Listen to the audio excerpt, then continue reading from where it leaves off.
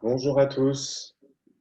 Nous allons pouvoir commencer cet atelier sur l'accès aux données d'activité et aux données d'émission pour les acteurs africains. J'aimerais remercier tout d'abord tous les panélistes pour leur présence aujourd'hui, les co-organisateurs, l'ensemble des participants qui sont déjà une quarantaine ou une cinquantaine, je crois, et surtout notre interprète qui va nous permettre de communiquer entre francophones et anglophones. Et donc pour lui faciliter la tâche, n'oubliez pas de parler assez lentement. Alors moi, je suis Amaury Parel, je coordonne les travaux de l'Observatoire à l'association Climate Change depuis maintenant 2 ans. Pour un bref petit rappel, Climate Change, c'est une association fondée en 2015 en amont de la COP21 qui vise à réunir les acteurs non étatiques dans leur diversité pour qu'ils travaillent ensemble sur des thématiques clés pour la lutte contre le changement climatique et l'adaptation à leurs impacts. Alors, nos trois activités principales sont tout d'abord le site internet, le portail en ligne, complètement bilingue en français et en anglais. Alors, il comprend plusieurs outils, notamment une bibliothèque ou encore un agenda, mais surtout une cartographie qui met l'accent sur les projets de terrain, les bonnes pratiques et où se trouvent beaucoup de projets africains. La deuxième activité, c'est celle donc, que je coordonne, c'est l'Observatoire.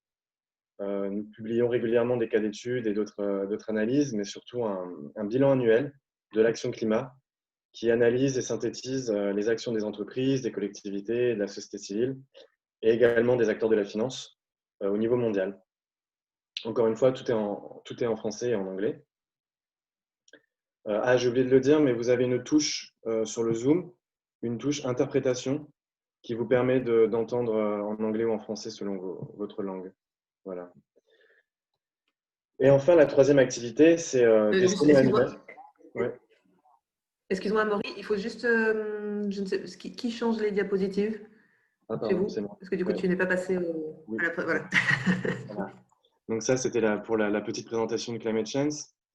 Donc je disais, la troisième activité, ce sont les sommets annuels que nous organisons pour réunir toute la communauté Climate Change d'année en année. Ces dernières années, c'était des sommets régionaux africains qui permettaient aux coalitions thématiques africaines de se retrouver, d'avancer sur les feuilles de route thématiques. Nous ne sommes bien entendu pas en mesure d'en organiser un cette année. C'est pourquoi nous organisons cette série d'ateliers virtuels depuis le mois de septembre qui nous permet de continuer à mobiliser cette communauté et travailler ensemble sur ces feuilles de route. Alors donc cet atelier fait donc partie de ces ateliers virtuels et fait également partie d'une réflexion d'observatoire que nous menons depuis 2018 sur l'accès aux données climat. Attendez parce que je dois compliquer avec les écrans. Voilà. Donc c'est une réflexion que nous menons depuis 2018 sur l'accès aux données climat par les acteurs africains. En 2018, à Abidjan, on avait organisé une première session ouverte par le Centre régional de collaboration de Lomé, qui avait permis d'identifier les principaux enjeux liés à cet accès aux données climat, tels que l'accès fluctuant ou la disponibilité des données entre secteurs, par pays ou territoire, la réticence des gouvernements nationaux à partager ces données avec les acteurs locaux, ou encore l'intégration des organisations de la société civile qui détiennent beaucoup d'informations et de données pour les planifications climat locales ou nationales. En 2019, à Accra, on avait pu approfondir ces discussions et parvenir à une compréhension commune des obstacles actuels à la collecte de ces données au niveau sectoriel, au niveau local et au niveau national. Et on avait également pu identifier des premiers outils de coopération et des expériences qui pouvaient être partagées et répliquées. Et donc en 2020, on vous propose du coup cette série de 3 ateliers pour encore approfondir un peu les discussions. Une première a eu lieu en septembre sur l'adaptation. Une seconde a lieu aujourd'hui même sur les données d'activité. Et une troisième aura lieu sur les facteurs d'émission et les méthodes de calcul en début 2021. Et donc l'objectif de ces trois petits ateliers, c'est encore une fois d'identifier donc encore plus d'initiatives africaines qui contribuent à améliorer l'accès à ces données, mais également leur gouvernance pour les acteurs locaux, d'explorer des pistes concrètes qui permettent un travail collectif ou en tout cas peut-être un espace de collaboration au-delà de ces simples ateliers qu'on organise aujourd'hui. Et enfin, d'essayer de capturer via ces 3 temps les principaux enseignements et les principes pour formuler une position commune parmi tous ces acteurs engagés. Donc pour cette deuxième session, je vais introduire Vanessa Lobin, experte en adaptation et directrice de l'entreprise Projection Changement Climatique, à qui je laisse la parole. Bonjour à tous et toutes. I just remind you that a live translation is available if you click on Pour the rappeler, donc, il y a la traduction. interpretation. Si vous avez besoin de la traduction. You can follow us. Donc, je suis Vanessa Lobin. Je suis ravie d'être avec vous aujourd'hui pour animer cet atelier, ce nouvel atelier de Climate Change. Donc, je suis effectivement consultante, experte en adaptation. Ce n'est pas ma spécialité, la question d'atténuation. Mais je suis également membre de l'association Climate Change depuis longtemps. Donc, c'est aussi un plaisir pour moi d'animer cet atelier-là. Nous allons avoir une première phase dans cet atelier juste pour poser un certain nombre de problématiques qui sont… Non, voilà.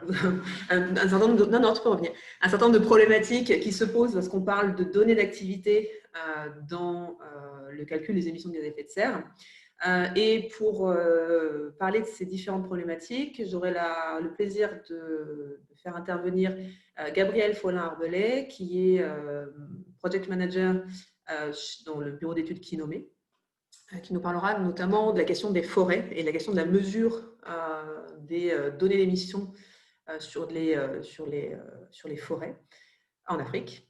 Ensuite, Jafarou Abdulrahman, qui est Programme Officer sur l'information et les technologies au Centre pour les énergies renouvelables et l'efficacité énergétique de la CDRO, donc ECRE en anglais.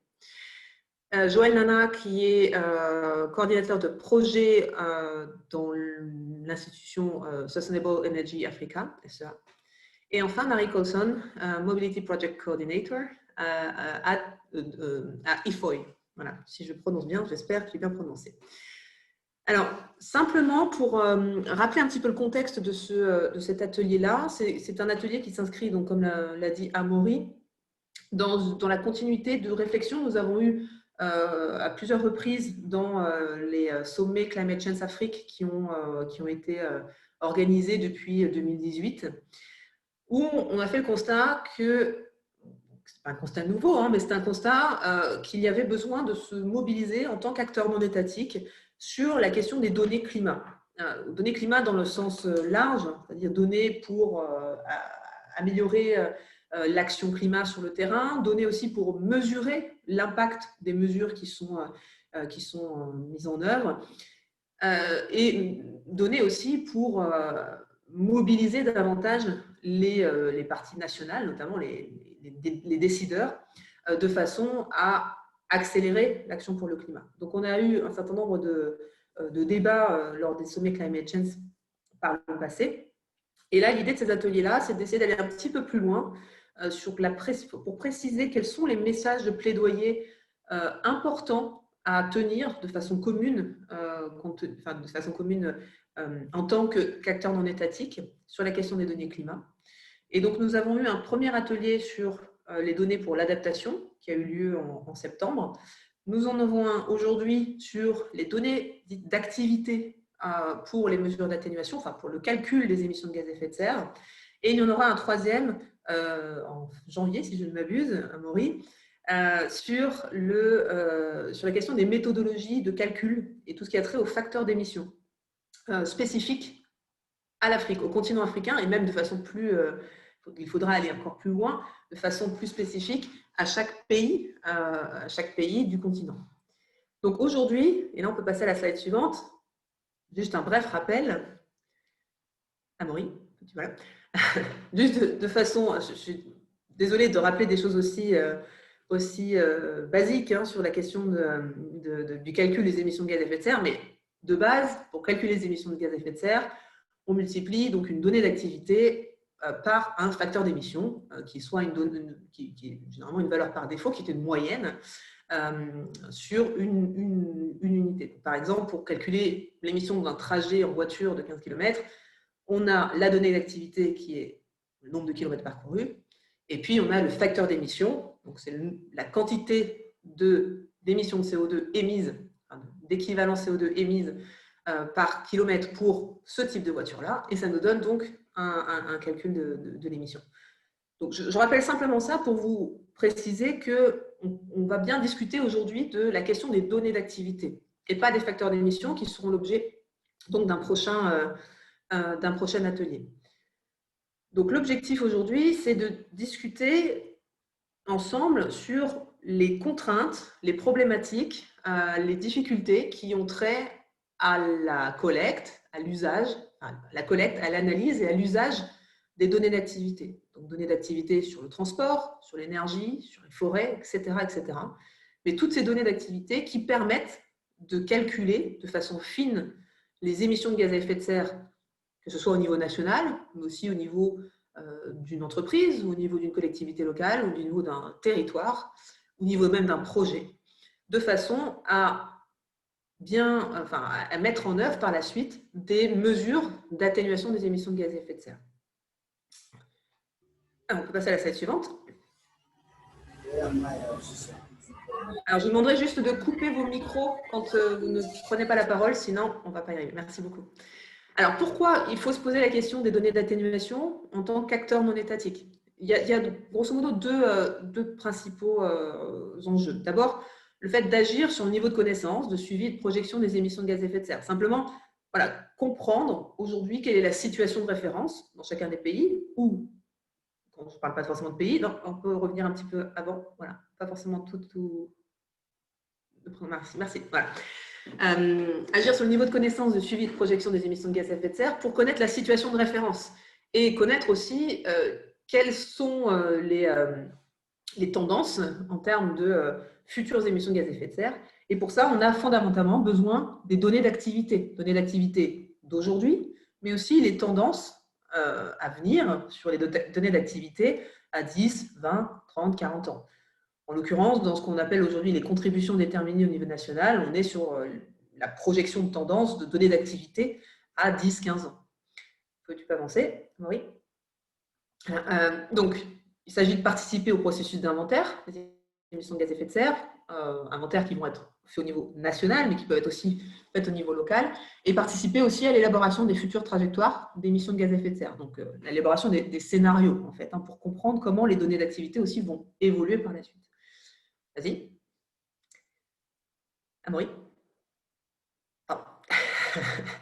Donc, en tant qu'acteur non étatique, il y a plusieurs enjeux. Il y a le fait de produire soi-même et de mettre à disposition un certain nombre de données.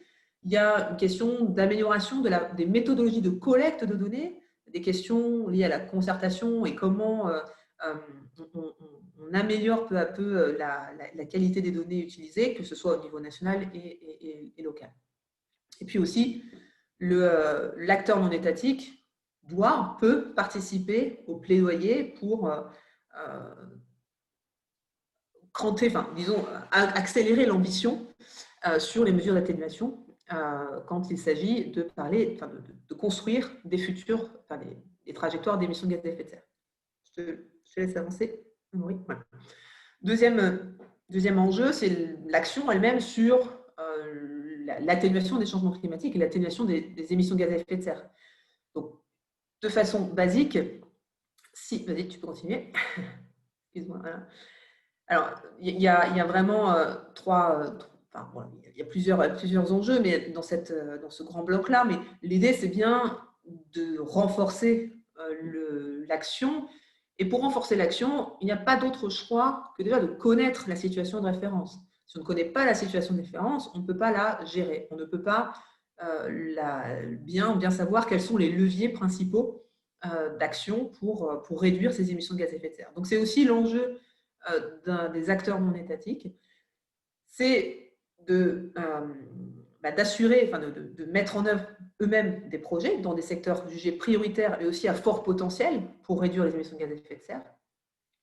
Mais c'est aussi suivre les engagements pris par les différents acteurs pour participer à l'atténuation des changements climatiques. Et pour suivre cet engagement, les acteurs non étatiques ont aussi besoin d'avoir accès à ces données d'activité pour vraiment pouvoir aussi vérifier que ce qui est fait a réellement un impact. Vas-y. Voilà, je ne vais pas aller beaucoup plus loin là-dessus. Vas-y, encore. Amaury. Voilà, simplement, je vais reprendre cette citation un peu simple, mais qui est très importante. Si on ne peut pas mesurer, on ne peut pas gérer. Et c'est vraiment un fait quand il s'agit de parler d'émissions de gaz à effet de serre, et de la mesure des émissions de gaz à effet de serre. Il faut absolument, à la base, avoir ces données d'activité pour pouvoir évaluer le potentiel des mesures d'atténuation. Alors aujourd'hui, on va se concentrer, on va essayer de… Bon, tu peux tout afficher parce que je ne vais pas lire tout en entier. Voilà, on affiche tout. Je vais laisser aussi après la parole. Voilà, on a vraiment ces… Il y a ces trois… il y a ces trois, même quatre en fait, quatre étapes quand il s'agit de données d'activité. On a évidemment la collecte des données d'activité. Comment les uns et les autres participent de la production et de la mise en commun de ces données-là. Mais je dirais même, au-delà de la collecte, comment on s'assure de la robustesse aussi de ces données-là pour pouvoir ensuite les analyser et les utiliser. Ensuite, bien évidemment, il y a la question de l'analyse et de l'usage des données, use. Donc là, on va plus avoir tendance à parler des actions de plaidoyer vis-à-vis des décideurs, notamment. Et puis, il y a aussi toujours cette question de gouvernance qui est transversale, mais elle est essentielle, c'est-à-dire que les données d'activité, toutes ces données-là doivent être disponibles, et en particulier pour les acteurs monétaires, de façon à ce qu'ils puissent assurer ce rôle de suivi, ce rôle de watchdog, de chien de garde, quelque part aussi, pour les mesures pour s'assurer de la pertinence et de l'efficacité des mesures d'atténuation. Alors, pour en parler avec nous, donc je vais d'abord passer la parole à Gabriel Follin-Arbelet. Pardon, d'abord j'ai un questionnaire, une enquête, j'ai oublié. Alors, simplement, peut-être, on va commencer par un très rapide questionnaire. Je vous propose d'aller sur le site www.menti.com avec le code 31 21 41 4. Et je vais simplement vous demander de classer quels sont, selon vous, quel est l'ordre de priorité des actions à mener concernant le renforcement de la robustesse et de la mise à disposition des données d'activité pour l'atténuation en Afrique. Et donc, je vais vous demander de prendre quelques secondes pour répondre à cette question-là.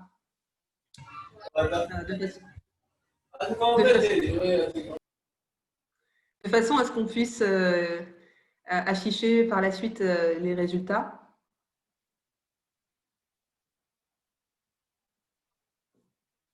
Alors, encore une minute ou deux.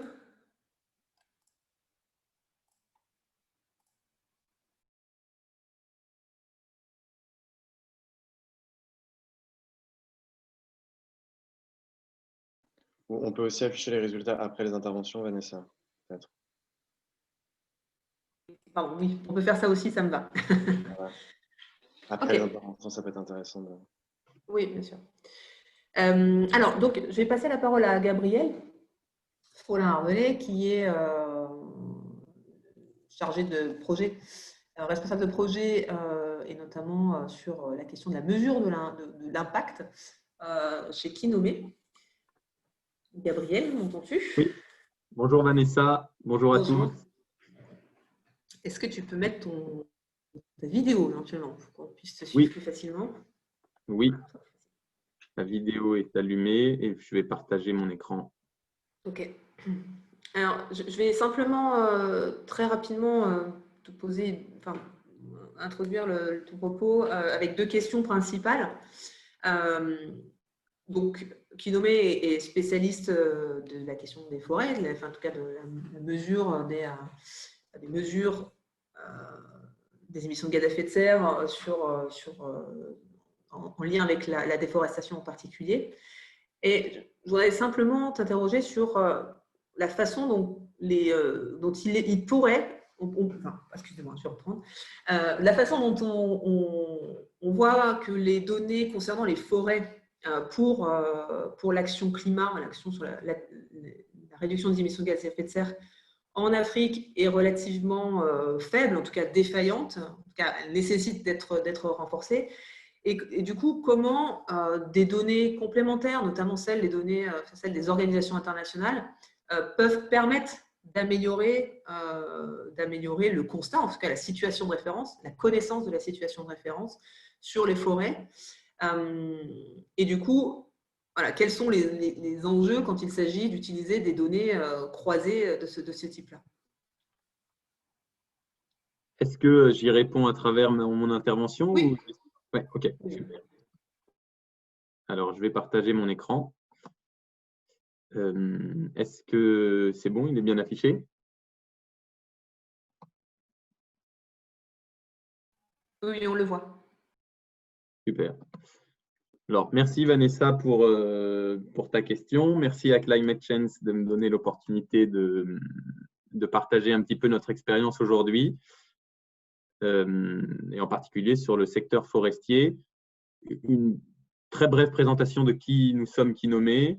Nous sommes une entreprise sociale basée en France qui faisons cohabiter 4 métiers qui sont en général des métiers qui sont réalisés par plusieurs entités différentes, donc des activités de recherche, de conseil, donc de bureaux d'études, de projets, donc plus proches d'ONG et d'éducation au grand public sur des problématiques telles que la forêt, le climat, la biodiversité, avec la conviction que seule une approche globale et intégrée qui nécessite donc ces 4 métiers peut permettre de répondre à des problématiques globales de déforestation ou de changement climatique.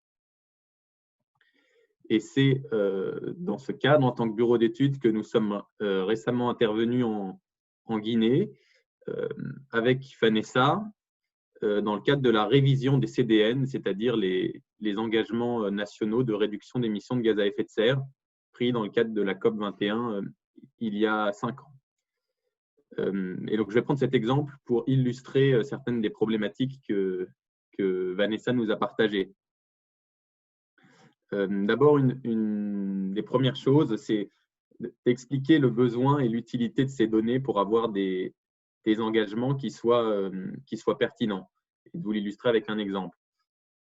D'abord, dans le cas de la Guinée et dans bien d'autres pays, je dirais que l'accès aux données énergétiques et climatiques s'est considérablement amélioré ces dernières années, ce qui permet d'avoir des situations de référence qui soient plus proches de la réalité et qui permettent un suivi plus rigoureux au cours du temps.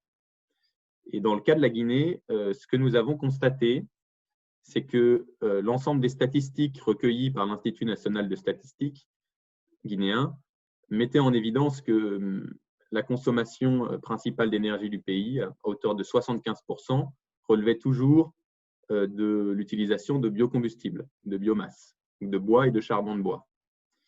Et cette situation, elle montrait un décalage fort avec les données forestières issues de l'inventaire forestier réalisé il y a 30 ans. Et donc que le premier poste d'émission du pays était vraisemblablement les émissions dues à la déforestation et l'utilisation de bois et de charbon de bois, mais que les données nationales de l'inventaire ne permettaient pas du tout de prendre en compte cette réalité.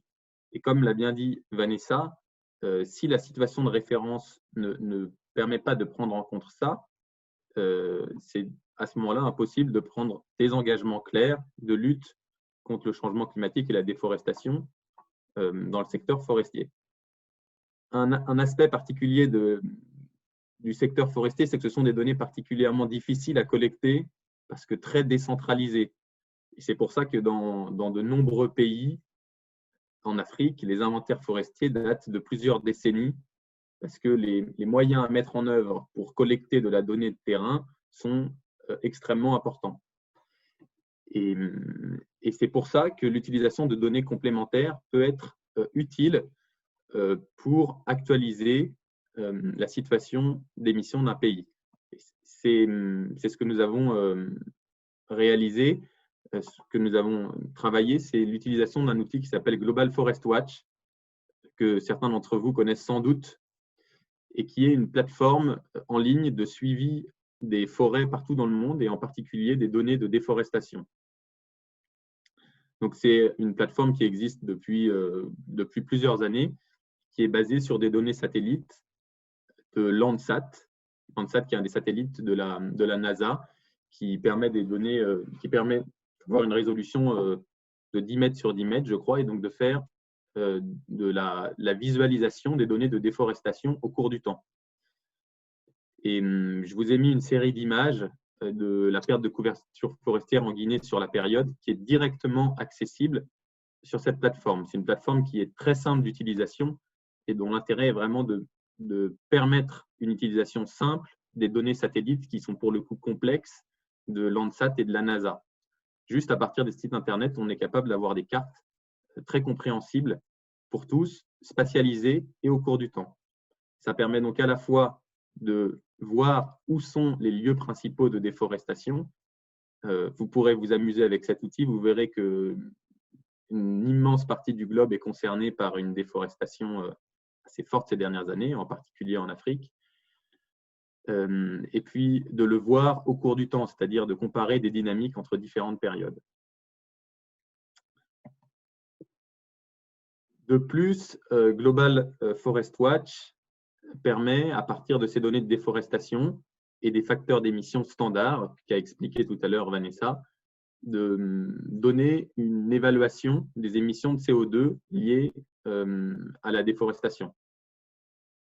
Et donc, ce que ça a permis dans le cadre de notre travail, c'est de rapprocher fortement les données d'émissions du secteur forestier avec les observations du terrain, d'une dégradation des forêts en Guinée et des données de consommation énergétique de la biomasse très élevées que ne prenait pas en compte l'inventaire forestier guinéen.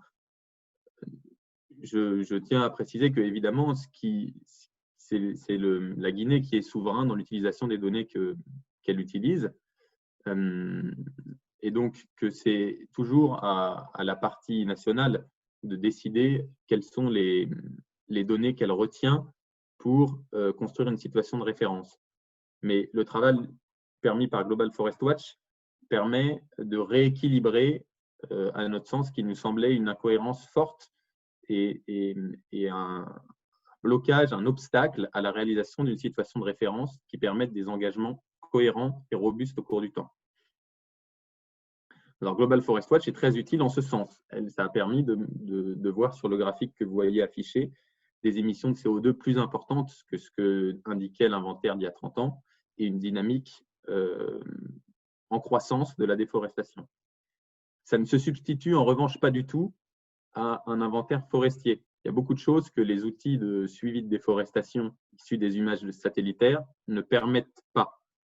En particulier, l'estimation nette des émissions, c'est-à-dire la différence entre les émissions du secteur forestier moins les absorptions permises par le secteur forestier, n'est pas estimée de manière facile et demande des hypothèses supplémentaires pour traiter les données de Global Forest Watch.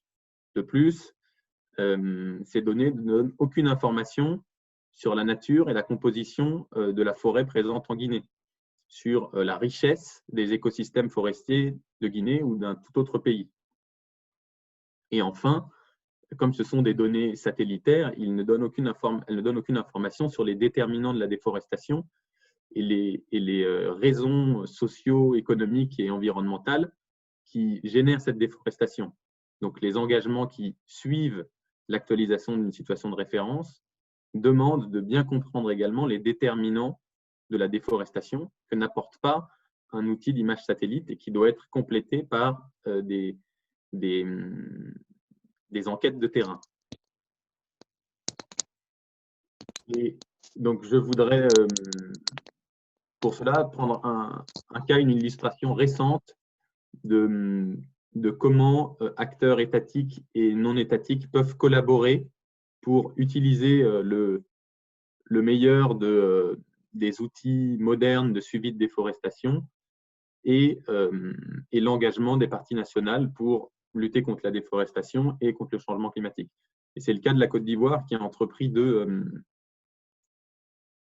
projets assez phares et assez pionniers en Afrique de l'Ouest, qui est d'une part la réalisation à nouveau d'un inventaire forestier national qui a débuté en fin 2018 ou début 2019, de 2 ans, avec de très importantes équipes déployées sur le terrain pour faire un état des lieux de la forêt en Côte d'Ivoire et de la faune également, et qui est mis en œuvre par l'ONFI sous la direction du ministère des Forêts, avec la participation de l'IGN, qui est un expert d'analyse de données, y compris d'images satellites, et de la SODEFOR, qui est l'équivalent qui est l'Office des forêts nationales de Côte d'Ivoire. Et cette collaboration, elle permet précisément de faciliter et d'accélérer l'échantillonnage des enquêtes de terrain à partir d'images satellites pour déployer sur le terrain les équipes aux endroits les plus pertinents pour la collecte des données forestières. Je vous invite à aller regarder la vidéo de la présentation de l'inventaire forestier de Côte d'Ivoire que j'ai mis dans cette présentation. Un autre système qui a été mis en place dans ce pays, c'est le système de surveillance Starling, qui est pour le coup un outil beaucoup plus orienté vers l'intervention contre la déforestation dans le cadre en Côte d'Ivoire de la culture cacaoyère, et qui est encore une fois le fruit d'une collaboration entre la SODEFOR, l'Office national des forêts, et une ONG du nom de Horsworm, qui s'appelait anciennement The Forest Trust, et d'un acteur privé qui est Airbus, qui a à sa disposition des données particulièrement précises et régulières pour faire un suivi de déforestation au cours du temps et permettre des interventions immédiates des acteurs de terrain. Donc, c'est un outil qui est encore en train d'être mis en œuvre, mais les phases pilotes en 2018 et 2019 ont déjà montré des premiers résultats de baisse de la déforestation grâce à des interventions rapides, immédiates des équipes de terrain. Et voici la fin de ma présentation. Je vais laisser la parole au prochain. Je suis désolé de ne pas avoir traduit cette présentation en anglais. Merci beaucoup, Gabriel. Juste, il y a plusieurs questions qui sont posées. On tâchera d'y répondre un petit peu après. Je vais simplement rebondir sur une et te la poser maintenant. Sur la question de l'appui de la communauté internationale sur justement cette question de collecte des données en lien avec la déforestation. Donc, on voit bien qu'il y a des outils qui sont maintenant facilement accessibles, très ergonomiques, ça peut être accessible pour tout le monde finalement, qui sont à disposition, mais finalement les moyens vraiment pour renforcer la donnée nationale semblent encore manquer. Est-ce que c'est un constat que vous faites aussi à Kinome? Et du coup, qu'est-ce que ça implique en termes de plaidoyer selon toi? Alors, c'est vrai qu'il y a deux aspects, je pense. Le premier, c'est que la réalisation d'inventaires forestiers exhaustifs nécessite des moyens qui sont très importants, et je pense que les agences de développement et les bailleurs sont assez réticents à s'engager dans des projets aussi onéreux et qui ne sont pas concrètement des projets de développement, qui sont simplement des mises à jour d'une situation de référence. Dans le cas de la Côte d'Ivoire, c'est un projet de plus de 2 ans, il me semble, 7 millions d'euros. Et je pense que ça n'est pas toujours la priorité des partenaires financiers d'appuyer ce genre de projets qui semblent moins concrets, mais qui sont indispensables pour ensuite réaliser des projets plus pratiques de développement. Et ce que tu soulignes aussi, qui est une première étape clé, c'est qu'il existe déjà un certain nombre d'outils comme Global Forest Watch qui sont très ergonomiques, qui sont très faciles d'utilisation et qui pourraient facilement être mis à disposition des parties nationales en formant à leur utilisation et leur compréhension pour les intégrer dans leur système de suivi et de mise à jour des données forestières sans que ça demande d'investissement fort ni de la part des partenaires financiers, ni de la part des États. Nous, c'est ce qu'on a pu constater dans le cadre de la Guinée, c'est qu'avec finalement assez peu d'investissement en temps, l'utilisation des données de Global Forest Watch permet de remettre en cohérence beaucoup plus rapidement des données assez âgées et une situation dégradée de la forêt. Donc ça, je pense que n'importe quelle personne d'un ministère de l'environnement ou des forêts peut même de sa propre initiative, ou n'importe quelle ONG nationale peut de sa propre initiative commencer à s'approprier des outils simples et disponibles sur Internet pour comprendre et partager l'information. Merci beaucoup. Alors qu'effectivement, il y a ces outils qui existent, ces données qui existent au niveau des institutions internationales, qui sont nombreuses. Hein. On a la FAO, on a Global Forest Watch, on a énormément de données à disposition qui s'appliquent aux pays du continent africain. On remarque qu'il y a quand même aussi souvent une méfiance vis-à-vis, en tout cas une méfiance des parties nationales vis-à-vis de ces données internationales.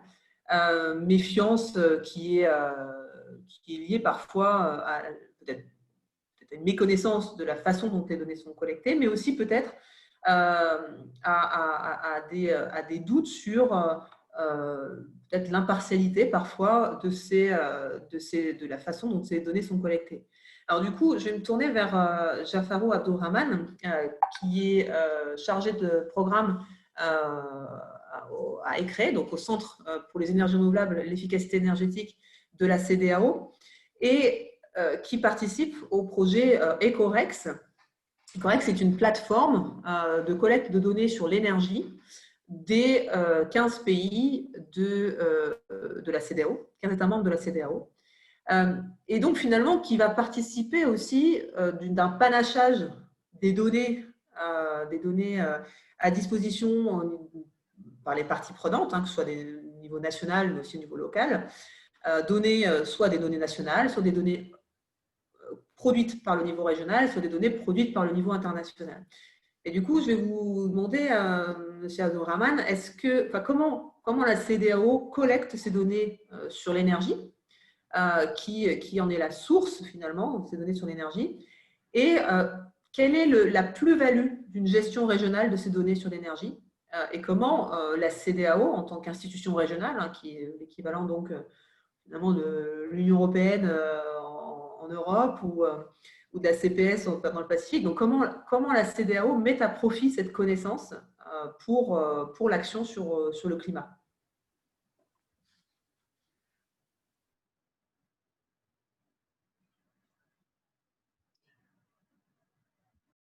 Thank you, Vanessa.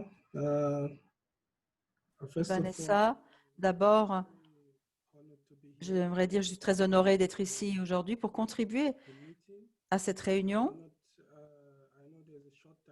Je sais qu'on a peu de temps, donc je ne vais pas faire d'introduction. Vous l'avez déjà fait pour moi. Merci. Je vais juste présenter rapidement donc mon écran pour vous montrer ma présentation.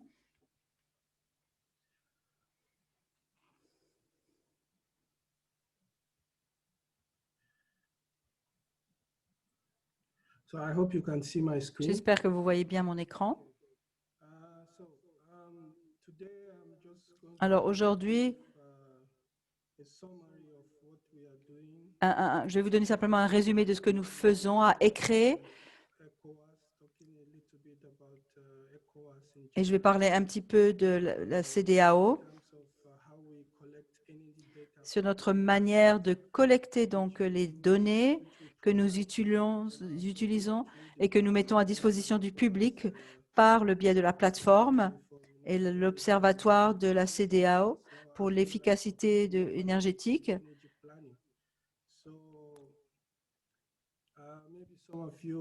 Alors peut-être certains d'entre vous ont déjà vu notre site. Vous avez fait peut-être des projets avec nous auparavant, juste pour vous donner une introduction rapide, pour vous dire qui nous sommes.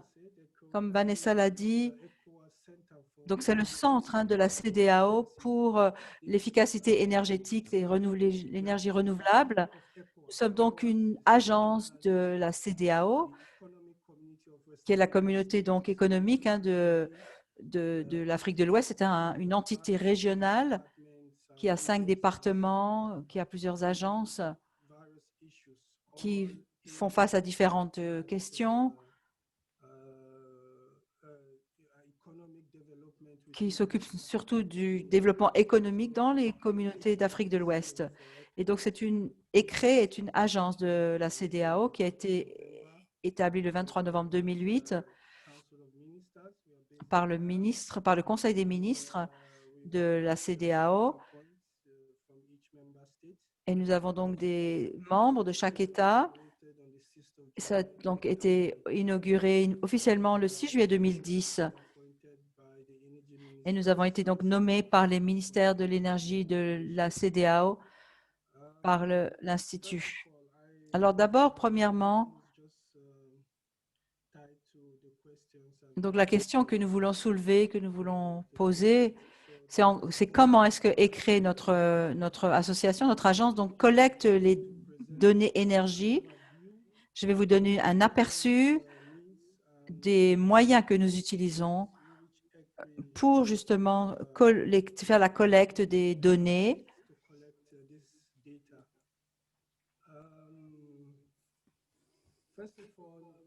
Alors, premièrement, lorsque nous avons commencé, nous avons réalisé qu'il y avait un problème en termes de données dans les États membres de la CEDEAO, ce qui nous a conduit donc à mettre en place EcoRex, qui est un observatoire pour l'énergie renouvelable et l'efficacité énergétique. Lorsque nous avons commencé, nous avions beaucoup de données formelles ou informelles qui nous étaient données et nous avons pensé qu'il était mieux alors d'avoir une plateforme pour pouvoir mettre en place des processus, pour pouvoir vérifier ces données et pouvoir les partager avec le public pour que tout un chacun puisse comprendre ce qui se passe en Afrique de l'Ouest. Donc, en 2012, nous avons lancé EcoRex. Et après le lancement de cette plateforme, donc, ou juste avant le lancement, nous avons compris qu'il fallait commencer quelque part, que nous devions avoir une base de ce qui se passait en termes de statistiques énergétiques, des données spéciales pour l'efficacité énergétique. Nous devions également montrer les ressources en termes d'énergie solaire, etc. et ce que nous avions dans la région. Donc, nous avons également créé d'autres données particulières que nous avons collectées. Nous avons cherché à collecter autant d'informations possibles pour vraiment faire une évaluation, pour nous donner vraiment une base de départ. Et après avoir fait cela, après le lancement de la plateforme, nous avons donc développé, mis en place un cadre qui allait donc gouverner la collecte des données, qui allait gouverner l'analyse de ces données, la publication de ces données, donc comme une structure pour que les gens qui allaient utiliser ces données soient justement en confiance, pour qu'ils sachent qu'il y ait une forme de traçabilité, pour qu'ils sachent d'où ces données venaient, qui apportait ces données et comment est-ce que nous les avions vérifiées avant de les publier. Je vais parler donc du cadre de suivi régional qui a été développé justement pour soutenir les politiques qui furent adoptées et les politiques d'efficacité qui ont été développées. Et ce que nous avons fait, donc, il fallait que nous sachions à chaque moment où est-ce que nous en étions. Nous avions des cibles, nous devions pouvoir évaluer à chaque fois où nous en étions et savoir quelle était l'étape suivante pour pouvoir reformuler, si nécessaire, les cibles. En faisant cela, les ministres ont donc désigné 15 points principaux et nous avons ensuite commencé une collecte annuelle de ces données et donc avec les États aussi membres pour soutenir ces activités dans ce processus de collecte des données.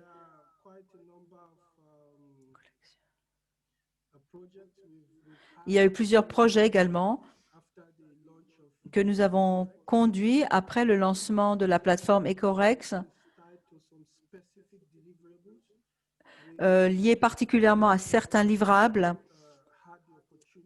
Nous avons eu également l'occasion de soutenir certains États membres dans leur collecte des données, de certaines données, pour les aider à développer une certaine structure, une certaine politique, pour que cela soit plus facile pour eux de trouver ces données au niveau national, ces données donc qui pourront être utilisées au niveau régional également.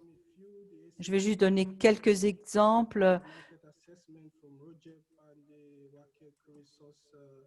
Donc, le World Bank, etc. Donc, je crois que nous avons fait plusieurs évaluations de ressources. Voilà, WCAG. Nous avons également le On a travaillé aussi avec d'autres comme ROGEP et pour la la collecte des données, nous avons cherché à développer des choses avec des États membres. Parfois, nous avons besoin d'avoir la permission, nous devons avoir l'approbation, bien sûr, de certains avant de pouvoir procéder à nos recherches. Nous avons plusieurs membres d'équipe qui soutiennent donc justement ces processus, qui soutiennent également les États membres, qui les aident à mobiliser les ressources nécessaires pour développer les capacités et développer les compétences en termes de collecte de données. Desktop Research, c'est aussi plusieurs personnes avec qui nous travaillons qui sont connectés à des portails d'énergie, à des ministères. Chaque jour, en fait, nous sommes en contact avec eux pour essayer d'améliorer donc la manière de trouver ces données pour que les choses puissent être présentées au public. Nous travaillons également avec des donateurs internationaux, la Banque mondiale, IRENA, etc., pour obtenir également, nous obtenons également des données. Je ne veux pas être trop spécifique à cause du manque de temps, mais c'est pour vous donner un peu une idée de ce que nous faisons, de la manière dont nous arrivons à collecter donc, ces données dans les États membres. En quoi, la deuxième question, donc comment utiliser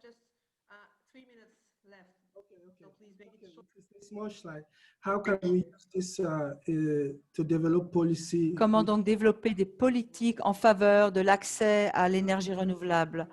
Comme je l'ai dit, nous avons une politique pour l'efficacité énergétique et l'énergie renouvelable. C'est simplement pour souligner cette page. L'idée, c'est que nous devons toujours veiller à la mise en place de ce projet et faire le suivi en quoi ces politiques sont mises en place. Après que les politiques aient été décidées, chaque État membre doit avoir un plan d'action. Donc, nous avons comme un suivi, un monitoring de la mise en place de ces politiques dans les États membres de la CEDEAO pour voir si ensuite nous arrivons vraiment à notre cible dans le but de continuer d'améliorer les politiques également et d'apporter plus de soutien aux décideurs. Donc, c'est certains des contenus de ce que nous faisons, de ce cadre dont j'ai parlé. Je ne vais pas rentrer en détail. C'est pour vous donner une idée de ce que nous faisons. Et chaque année, bien sûr, nous avons un rapport annuel. Et ces documents sont disponibles en ligne. Nous les partageons avec nos partenaires. Vous pouvez également trouver ces rapports en ligne. En termes de structure de gouvernance, j'aimerais dire qu'au fil des années, en fait, le mois dernier, nous avons eu une réunion là-dessus. Et au fil des années, nous avons pu faire ressortir certains points en lien avec donc, les données, les gouvernements des États membres. Les capacités en fait, des États membres ne sont pas suffisantes. Et ce que nous devons chercher à faire, c'est trouver des financements de donateurs pour pouvoir aider, pour les aider. Et donc, ces processus doivent être faits vraiment à la source. C'est quelque chose que nous avons vu dans les structures gouvernementales. Nous devons veiller à ce que les États membres, dès le début de la collecte des données, sont impliqués. Il y a des règles, des lois, et donc nous devons veiller à ce que les États membres vraiment prennent le devant pour rendre ces processus de collecte de données plus accessibles et pour continuer d'améliorer cette approche. Merci beaucoup pour votre attention. Merci beaucoup pour votre présentation. Cet outil Thank you very much. très riche qui porte sur un panel extrêmement large voilà, de ce qu'on appelle l'énergie. Il y avait une question dans le chat sur est-ce que l'outil prend en compte aussi tout ce qui a trait au bois énergie. Donc oui, en effet, il y a des données sur le bois énergie au niveau national dans cet outil Ecorex. Donc ce qui est un outil puissant aussi pour les acteurs non étatiques, me semble-t-il, aussi pour participer à renforcer l'action au niveau des États. Merci beaucoup pour votre intervention. Je vais donner la parole à Joël Nana tout de suite. On tâchera de répondre aux questions après, questions qui sont posées dans le chat. Donc, je vais donner la parole à Joël Nana, qui est coordinateur de projet à Sustainable Energy Africa, SEA. Et donc, Joël, vous êtes plutôt, vous intervenez plutôt sur les données relatives aux drivers, en fait, aux drivers notamment de la déforestation et aux données relatives à la cuisson propre et à l'usage de l'énergie dans les foyers. Comment SEA intervient sur ces questions de collecte de données à la base? Parce que c'est vraiment ça, si je m'abuse, votre spécificité, c'est vraiment de renforcer la donnée liée à la consommation de base dans les foyers, dans les communautés. Thank you, Vanessa. Merci, Vanessa. Vous m'avez déjà présenté. Merci. Je vais juste continuer maintenant directement dans la présentation. J'essaierai de répondre à ces questions. Je vais essayer d'avoir une approche inverse, justement. Qu'est-ce que nous retirons de ces données? J'ai vu une question dans le chat box. C'est que faisons-nous? Je vais commencer par cela. Qu'est-ce que nous faisons avec ces données? Et ensuite, je parlerai des données dont nous avons besoin et ensuite, comment nous les collectons. Donc, parler de SEA. Je vais parler doucement pour l'interprétation. Merci. Donc, Énergie renouvelable Afrique est basée en Afrique du Sud. Nous travaillons principalement avec les villes. Nous travaillons non pas avec les gouvernements nationaux, mais avec les villes. C'est ce que nous faisons depuis une vingtaine d'années. Et nous avons vraiment connu, nous avons fait des expériences avec une vingtaine de villes en Afrique. Donc, nous avons pas mal de villes avec lesquelles nous avons travaillé et nous avons pu donc collecter ces données énergie. Donc, je vais me focaliser dans notre présentation sur certains exemples. Bien sûr, oui.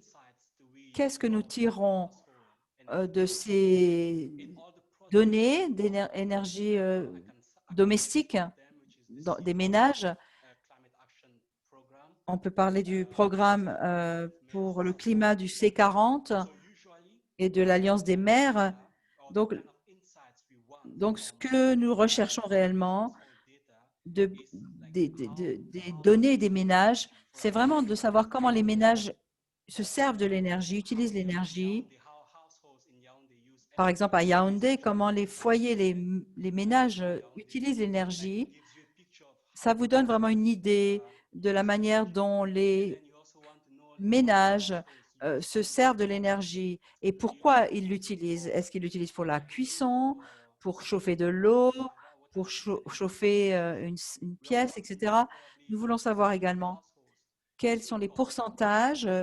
Donc, par exemple, quel est le montant, le pourcentage du revenu du foyer, du ménage qui passe dans l'énergie, ou alors encore les différentes tendances selon les groupes. Vous voyez ici une image qui vous donne un peu une idée des ménages, des revenus de chaque ménage, en quoi est-ce que cela est dépensé dans l'énergie, pour quel genre d'énergie, de quel genre d'énergie ils auront besoin à l'avenir, pour faire une sorte de modèle et pour informer ensuite les villes sur les changements qui s'annoncent à l'avenir, à 15 ans ou 20 ans en avant. Comme je l'ai dit, avec les villes avec lesquelles nous avons travaillé, nous nous sommes surtout focalisés sur la manière dont ces données nous informent des stratégies, par exemple sur les stratégies de la cuisine propre ou de l'électrification à moindre coût. Donc, quelle est l'image que nous voulons vraiment tirer de tout cela?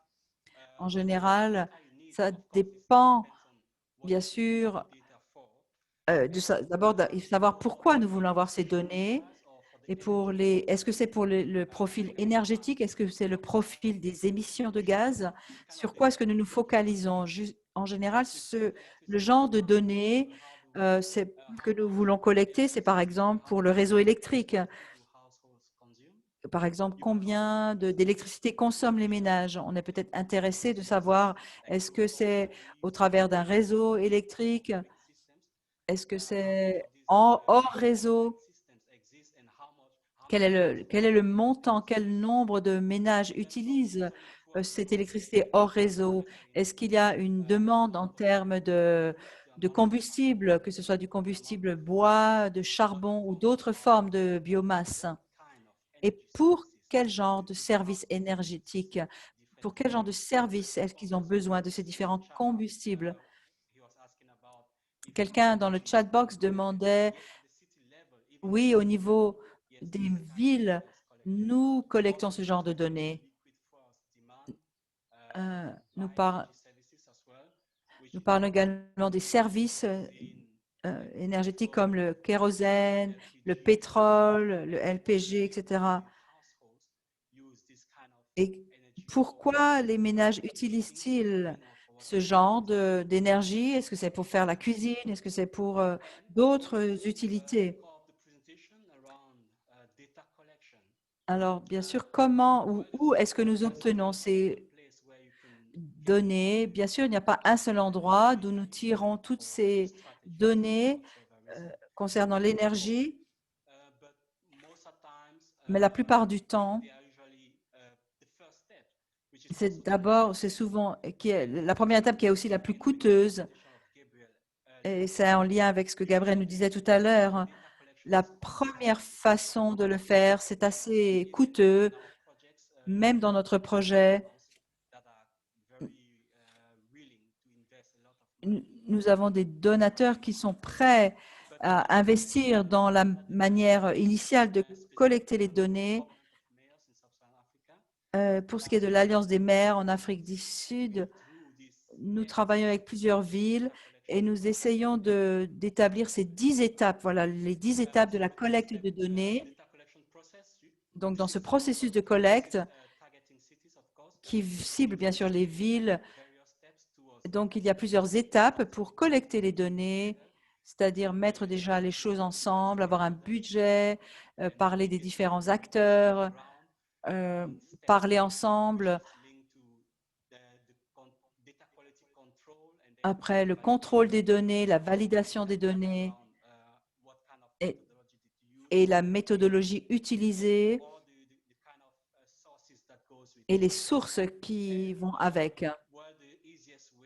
Alors, la manière la plus facile, mais aussi la moins chère de collecter les données des ménages, la plupart des pays ont ce genre de données ou ce genre d'enquête. Il y a eu comme un recensement. Et en général, on peut utiliser cela. On peut avoir ces données des ménages. En général,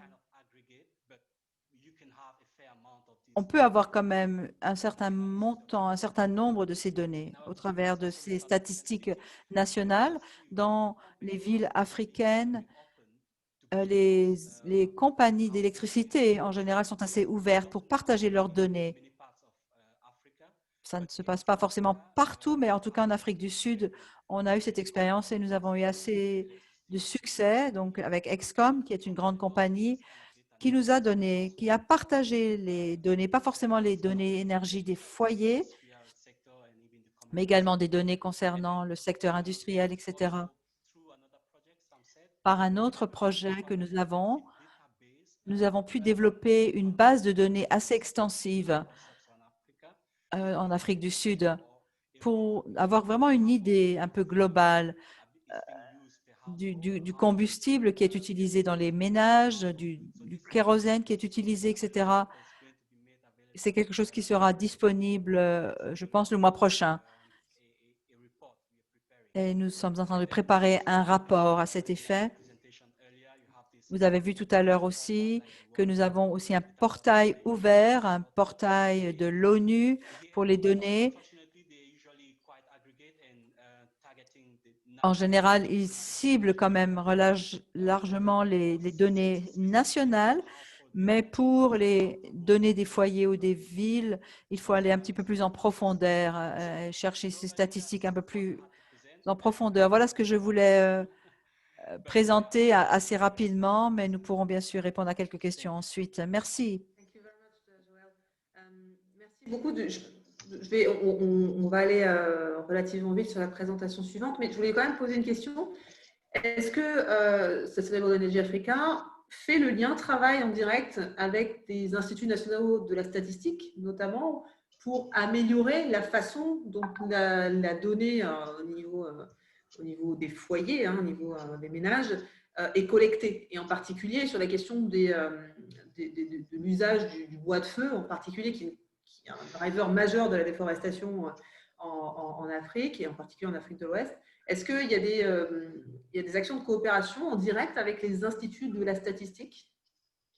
Right. So, in other parts of Africa, we've not really had D'autres that. parties de l'Afrique, non, nous n'avons pas vraiment eu ce genre de collaboration avec les instituts de statistiques, mais en tout cas en Afrique du Sud, bien sûr, nous l'avons fait à plusieurs reprises. Nous sommes assez impliqués avec beaucoup de villes d'Afrique du Sud pour développer justement leur profil énergétique, et nous nous servons justement des données des instituts nationaux de statistiques assez fréquemment.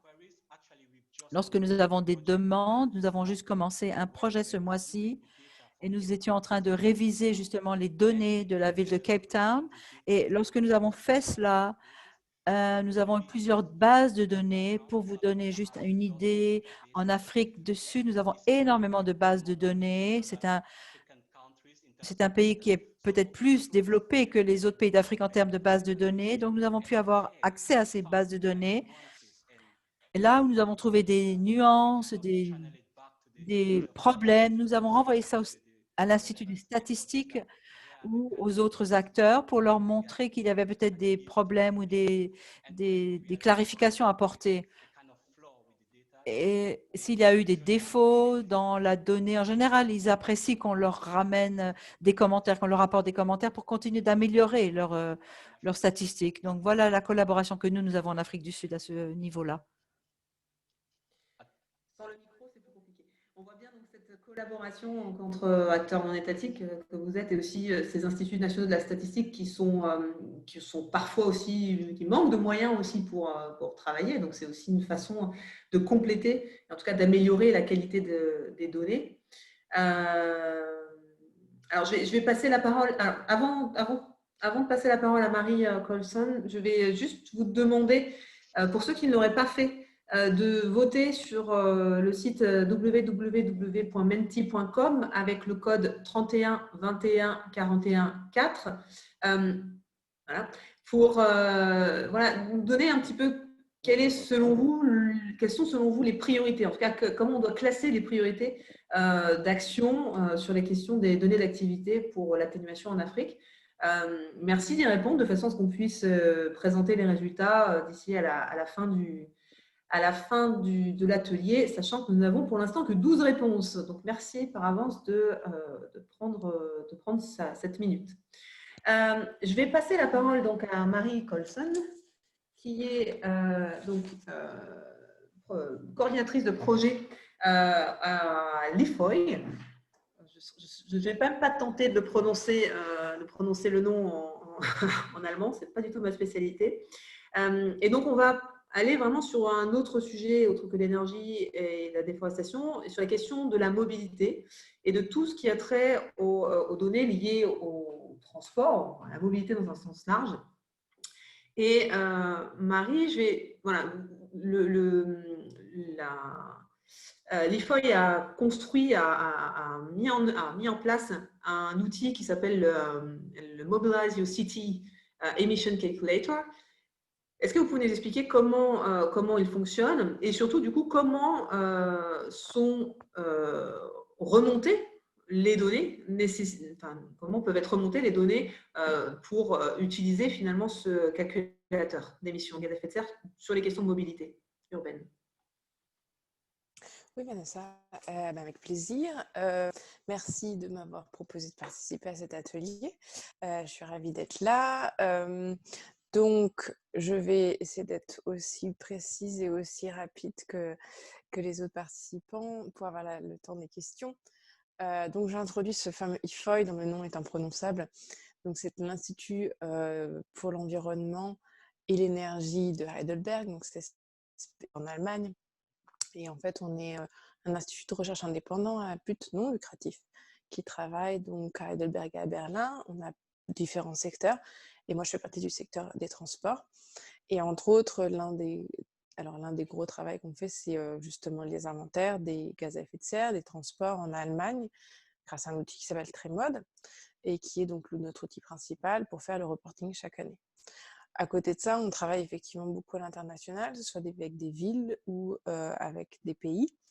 Et c'est dans ce contexte-là que moi, je travaille avec le projet MYC. Voilà pour la petite histoire. Alors, effectivement, on a MYC. Ce que je voulais peut-être présenter avant, c'était le principe de la collecte de données. Vous l'avez déjà rappelé au début. Nous, on a une petite spécificité, c'est qu'on a une méthodologie qui est assez claire, qui est basée sur deux méthodologies parallèles.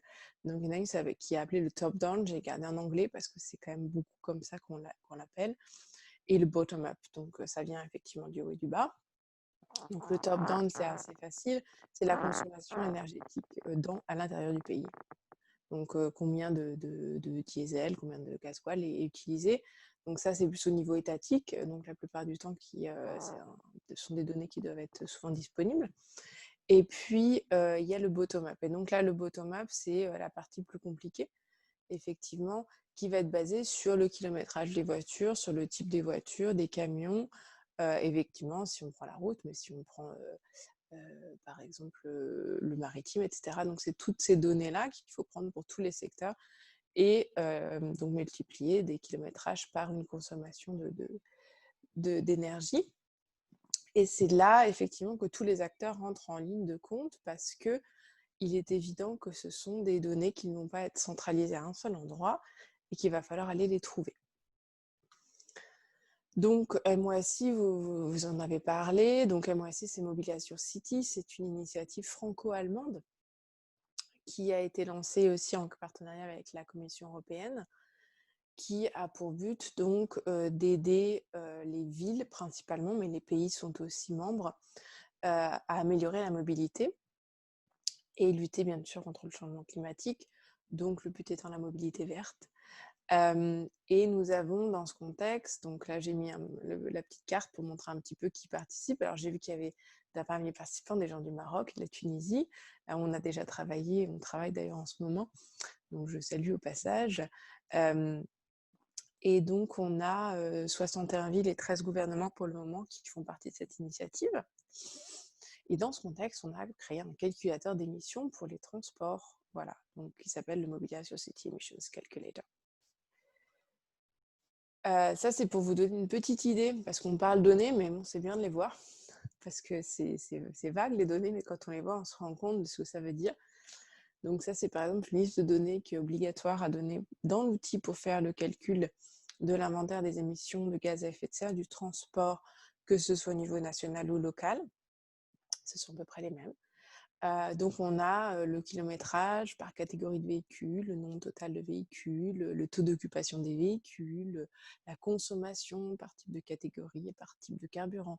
Donc voilà, toutes ces données. So we had to go and collect all this data at a national or local level, and it was clear that que ce soit des associations, que ce soit des agences diverses et variées, régionales, locales, ont leur rôle à jouer complètement dans ce genre de travail de détective, on va dire. Parce que c'est Marie, est-ce que je me permets de vous interrompre une seule seconde. Est-ce que vous aviez un diaporama ou pas, un PowerPoint? Oui. Vous ne voyez pas? Non. Je me disais c'est bien embêtant, parce que normalement, embêtant. il est censé être partagé. J'ai ce petit écran bleu là qui me dit qu'il est partagé. Alors, je vais peut-être. C'est bien que vous m'ayez. Ouais, je me disais bien que. Parce que Voilà, c'est embêtant. En fait, c'est dommage, voilà. C'est un peu dommage. Je sais Merci. pas si vous voyez là. Ça marche, oui, c'est bon. Maintenant, c'est bon, on le voit. Oui, merci. Eh ben, je sais pas, il y avait un truc il a fallu que je refasse la procédure. Donc voilà. Du coup, je vous remonte juste peut-être MOACI parce que je trouvais que la carte était un petit peu sympa de voir un peu les pays qui participent. let me show you the countries on this map and this presentation. Les pays d'Asie aussi, l'Amérique du Sud, etc. Donc on est un petit peu partout. Voilà, donc ça c'est pour l'initiative donc MOACI, pour les données, etc. Je ne sais pas s'il y a des personnes qui sont spécialisées dans le transport parmi les personnes qui nous écoutent, mais donc je voulais présenter peut-être 2 pays où on a travaillé d'ailleurs, donc qui sont, enfin un d'entre eux est parmi nous, ça je les ai vus. Il y a un projet qu'on a fait au Rwanda, donc c'est un projet sur la mobilité électrique, donc c'est un petit peu spécifique. Et donc, dans ce programme-là, on a aussi dû, bien sûr, aller calculer les émissions aujourd'hui.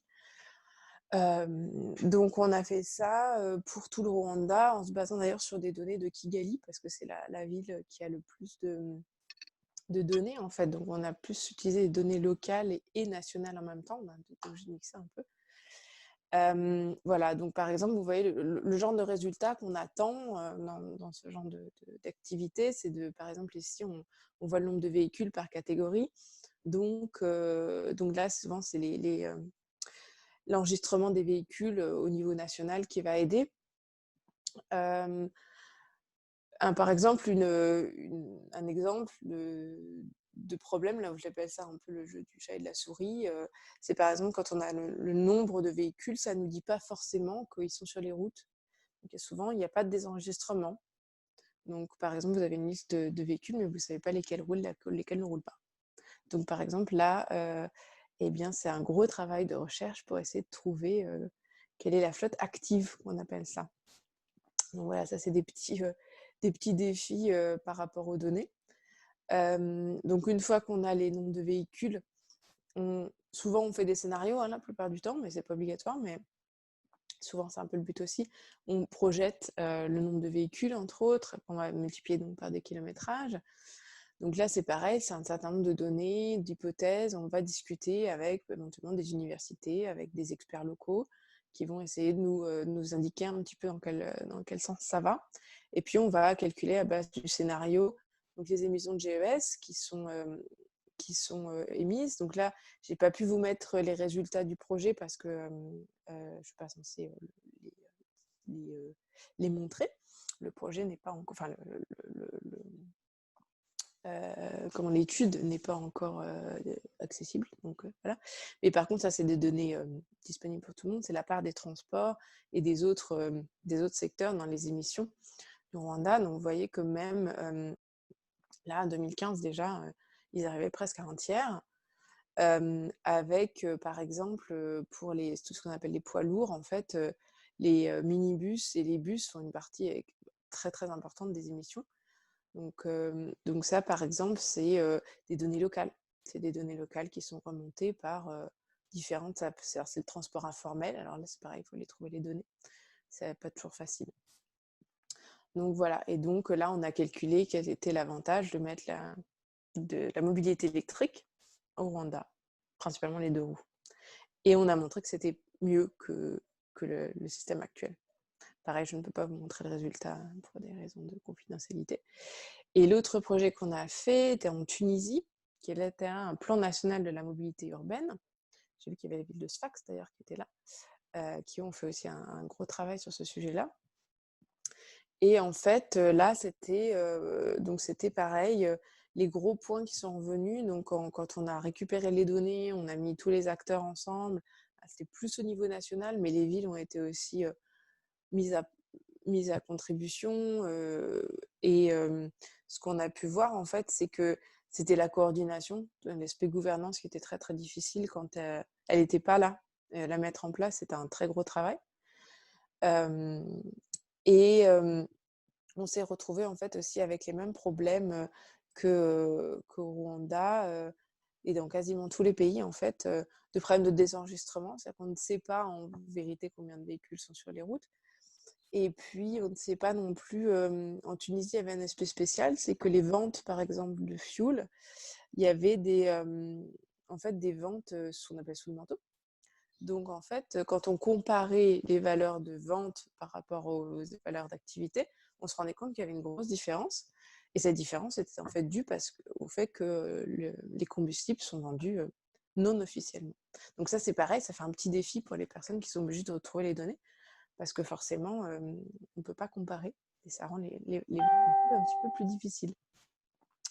Voilà, donc là-bas, on avait fait tout un scénario, et donc voilà, ici, vous voyez ces résultats, quand on avait réussi à diminuer clairement les émissions à l'horizon 2050 en faisant tout un scénario avec des acteurs, que ce soit les sociétés de bus, que ce soit les agences nationales ou régionales, avec lesquelles on a discuté pendant de nombreux workshops pour essayer de mettre en place un scénario qui nous aiderait à diminuer donc les émissions. Et on voit ici, alors en anglais, je suis désolée, quel type de mesures ont été sélectionnées en fait pour ce scénario. Voilà. Donc, j'ai fait assez rapidement. N'hésitez pas si vous avez des questions. Merci beaucoup, Marie, pour cette intervention vraiment intéressante. Et c'est vrai que la question des transports et des mobilités est souvent mise de côté, notamment dans ce qui a trait aux stratégies nationales climat dans les pays africains, dans beaucoup de pays africains, justement à cause de cette question de données, quoi, et de la fiabilité des données à disposition. Du coup, simplement une dernière question. Est-ce que les données que vous contribuez à renforcer finalement à travers votre analyse de chercheurs, est-ce qu'elles sont mises ensuite à disposition du public et d'autres acteurs non étatiques, ou bien est-ce que les décideurs ont quelques réticences à les partager, ces données-là? C'est une bonne question. Alors, évidemment, la réponse n'est pas simple, parce que sinon, ça serait trop simple, justement.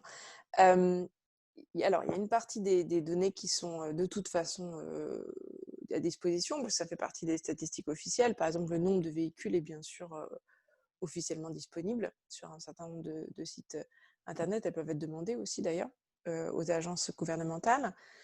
Il y a néanmoins, et ça dépend des pays, hein, ça dépend de la culture des pays. Il y a des pays où il y a vraiment une culture très difficile de l'ouverture des données, effectivement, et elles sont très peu partagées, même entre les ministères entre eux, quand on travaille au national. Donc ça, c'est un gros problème, et c'est une partie des choses auxquelles on travaille pour essayer de créer une espèce des accords en fait, de travail entre ne serait-ce que les différents ministères et éventuellement avec les personnes qui travaillent avec ces ministères, donc avec des acteurs éventuellement non étatiques. Et puis, il y a le problème aussi de comment dirais-je, de les réunir. Ces données, c'est le gros problème, c'est que ce sont après des données complexes. Et donc, il faut les mettre sous un format et puis les actualiser. Et donc, ça demande du temps, de l'argent, de faire ça. Et donc, avant que les données soient disponibles pour tout le monde, en fait, il faudrait créer ce genre d'initiative dont on discute depuis des années avec un certain nombre d'agences de développement, une initiative qui permettrait d'avoir des données disponibles pour les pays qu'on appelle en voie de développement, donc les pays africains, mais aussi pays d'Asie. Comme nous, on a par exemple l'Eurostat qui nous permet d'avoir un certain nombre de données sur tous les pays européens. Et on a plein de bases de données à gauche, à droite, qui nous permettent quand même d'avoir un certain nombre de données. Ça n'existe pas ou très peu pour les pays en voie de développement dans le domaine des transports. Merci beaucoup pour cette réponse.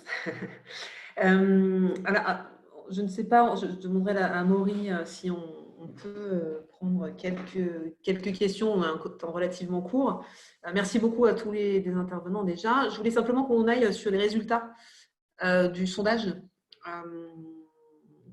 Voilà, pour déjà identifier collectivement qu'est-ce que vous pensez être la priorité et sans surprise, finalement, la priorité numéro 1, c'est d'impliquer les acteurs des territoires dans la collecte des activités, selon vous. Alors, tout le monde n'a pas voté, hein, mais parmi ceux qui ont voté. Deuxième priorité, renforcer la formation des acteurs pour un usage adéquat des données d'activité. Et ça renvoie beaucoup de questions qui ont été posées dans le chat sur après la question de la... Voilà, une fois qu'on a toutes ces données-là, qu'on les mouline pour avoir une idée des potentiels leviers d'action sur les émissions de gaz à effet de serre, il faut aussi mettre en place des stratégies. Et donc, pour ça, c'est aussi une question de formation et de renforcement de capacité. Et dans un mouchoir de poste, ensuite, il y a les 3 priorités suivantes. Donc, construire des stratégies nationales de croisement des sources de données, rendre plus accessibles aux acteurs non étatiques les données pour l'action locale et mobiliser des moyens supplémentaires pour la production de données robustes. Alors, ce qui est assez étonnant, c'est que finalement, on avait le même constat sur l'atelier sur l'adaptation. La question des moyens supplémentaires et le fait de mobiliser davantage de moyens est perçue comme une priorité de moins grande importance. Donc, c'est bien le signe qu'il y a aujourd'hui quand même suffisamment, enfin, il y a déjà des moyens qui ne sont peut-être pas forcément bien utilisés, en tout cas. Mais donc, il y a plus un souhait d'avoir une meilleure coordination entre les acteurs, une meilleure implication des acteurs. Alors, j'ai juste, du coup, vous demander aux intervenants de réagir très brièvement à ce questionnaire en vraiment 1 minute. Quel est votre sentiment par rapport à cette façon de classer les priorités et si, selon vous, il y avait des priorités, en tout cas, qui manquent dans l'énoncé. Marie, peut-être? Alors, impliquer les acteurs des territoires, je suis absolument d'accord. Dans la collecte de données, c'est un gros défi. C'est un gros défi parce que déjà, rien qu'au niveau national, les coordinations sont parfois compliquées.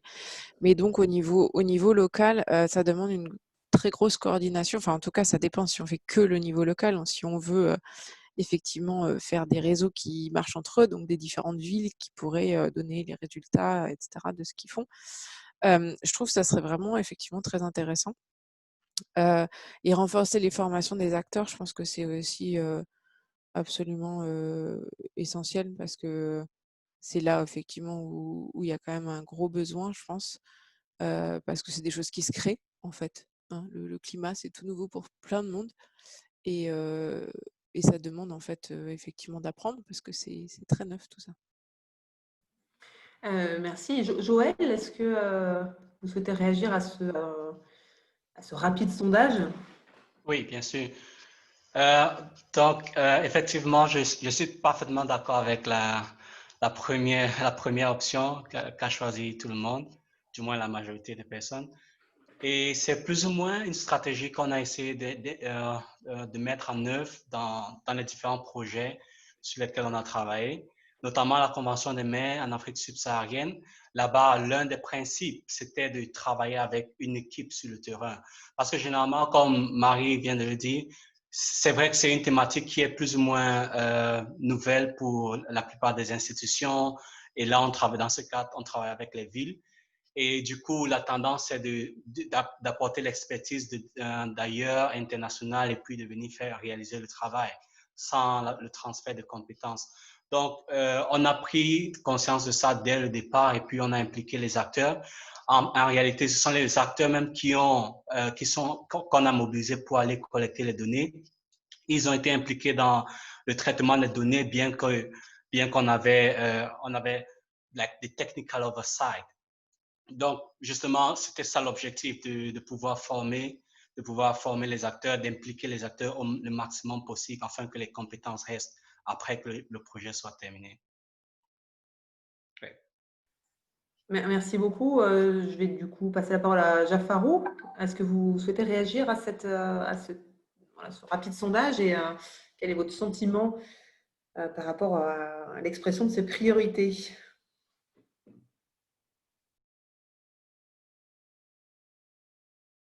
Jafarou, est-ce que vous êtes là? Voilà. Yes, I'm here. OK, oui. Oui, oui. Hello? Oui, on vous Yes, entend. we can hear We hear you. Okay. Particularly, I have I would say these priorities are in place. Je crois que ces priorités sont en place déjà, I want to stress the issue of mais j'aimerais souligner the continent or the region or la question des différences entre les régions. En tant qu'organisation internationale, nous travaillons avec différentes régions dans le continent. Donc, la priorité, c'est vraiment de leur donner la capacité de soutenir les processus dans tout ce que nous faisons, que ce soit dans la collecte des données. Ils doivent être vraiment au devant de la scène pour soutenir ce processus. C'est quelque chose que je voulais souligner. Mais dans l'ensemble, je crois que ces priorités, je crois que je suis d'accord avec cela. Je suis d'accord avec ces priorités. Ok. Donc on peut en faire aussi des axes de plaidoyer, parce que c'est bien l'enjeu aussi de l'organisation Climate Change, c'est de fédérer des acteurs non étatiques dans leur diversité et aussi de dégager des messages clés, et donc en particulier concernant ces données d'activité. Gabriel, peut-être je vais te laisser le mot de la fin, pas le mot de la fin, mais en tout cas conclure les interventions à propos de ce sondage. Oui, merci. Moi, d'abord, mon premier constat, ma première observation, c'est un peu ce que tu as dit, Vanessa, sur le fait que la mobilisation des moyens arrive en dernière position, ce qui n'est pas souvent le cas et ce qui montre qu'il y a déjà beaucoup de choses existantes et qu'au contraire, la première réponse soit l'implication des acteurs. Et donc, je sais que parmi les personnes qui assistent, il y a un certain nombre de personnes qui sont des acteurs des territoires et donc qui montrent l'envie d'être impliqués dans la collecte de données. Je trouve que c'est très intéressant et assez enthousiasmant dans la possibilité d'avoir des données fiables et issues du terrain. Le commentaire supplémentaire que je ferai, qui rejoint ce que disait Marie, c'est le besoin d'avoir un cadre à la fois nationales qui permettent l'échange d'informations, y compris entre les ministères. Je partage le constat que certains ministères et certains secteurs ne se parlent pas beaucoup et ne se partagent pas des informations qui pourraient leur servir entre eux. Donc, le besoin d'avoir un cadre national transsectoriel dans la collecte de données d'émissions et pour faciliter les échanges entre les pays, d'avoir également un cadre international plus clair pour nourrir des bases de données comme celles que nous avons Eurostat, par exemple, en Europe. Oui, effectivement, c'est une question de coopération. Et je voulais simplement rebondir sur la question de l'implication des acteurs des territoires, sur le fait qu'on a aujourd'hui des stratégies nationales sur le climat qui sont très centralisées, mais tout l'enjeu va être justement de les décliner de façon, au niveau des territoires, de les décliner et en tout cas de faire en sorte que finalement les territoires aussi prennent leur part dans l'accomplissement de ces engagements-là. Et donc, de fait, l'implication des acteurs, des acteurs non étatiques, elle va nécessairement devoir se faire parce que c'est eux aussi qui finalement détiennent une grande partie de la donnée. Donc, ils ont une capacité collective à faire remonter cette donnée-là. Et je pense que ça peut passer aussi à travers la déclinaison territoriale de ces CDN. Alors, malheureusement, je suis désolée, on a déjà un peu mangé le temps de notre atelier. Donc, je ne peux pas, je vais pas pouvoir faire réagir beaucoup les participants. Néanmoins, je pense qu'on a quand même pas mal répondu aux questions des uns et des autres au cours du temps. Et on fera aussi remonter les questions aux intervenants, aux questions qui n'ont pas été répondues aux différents intervenants, pour ne frustrer personne. Et en tout cas, nous vous enverrons par ailleurs les présentations de chacun des intervenants, ainsi que la liste des initiatives qui ont été proposées à travers le petit questionnaire menti.com, que vous pouvez toujours aller voir, parce que c'est aussi à travers ce questionnaire-là que vous pouvez nous faire part de vos initiatives locales pour justement renforcer la capacité d'action en termes de collecte de données d'émissions. Donc, faites-nous part de vos initiatives que Climate Change mettra en avant dans sa cartographie de l'action climatique non étatique. Voilà, je vous remercie à tous et toutes. Merci beaucoup aux intervenants. Merci beaucoup à tous les participants. Navré de ne pas avoir suffisamment de temps. Il faudrait qu'on prenne 3 heures à chaque fois. Prochaine fois, peut-être qu'on fera ça. Et je vous donne rendez-vous pour le prochain atelier Climate Change sur la question des méthodologies et des facteurs d'émission, qui est aussi assez sensible en ce qui concerne le continent africain. Amaury, peut-être que tu peux me redonner la date, ou on ne l'a pas encore définie, peut-être. Alors non, la date n'est pas encore définie. D'accord, ce sera en janvier. Ce sera pendant le 2e cycle d'ateliers des coalitions régionales africaines. Un atelier sera dédié à ce 3e volet. Je vous envoie à tous le lien de ce petit projet d'atelier sur les données climat en Afrique. Merci beaucoup à tous et toutes. Merci beaucoup à Marie, Gabriel, Jafarou et Joël. Merci à vous. Merci, à bientôt. Au revoir. Bonne journée. Au revoir. Au revoir. Merci, à bientôt. Merci à vous, à bientôt. Moi, je n'ai pas pu parler. Ouais, j'avais. Merci, au revoir, à bientôt. Bye. Au revoir, à bientôt. Merci Au tout le monde. revoir, à bientôt. Merci à vous tous. Eric.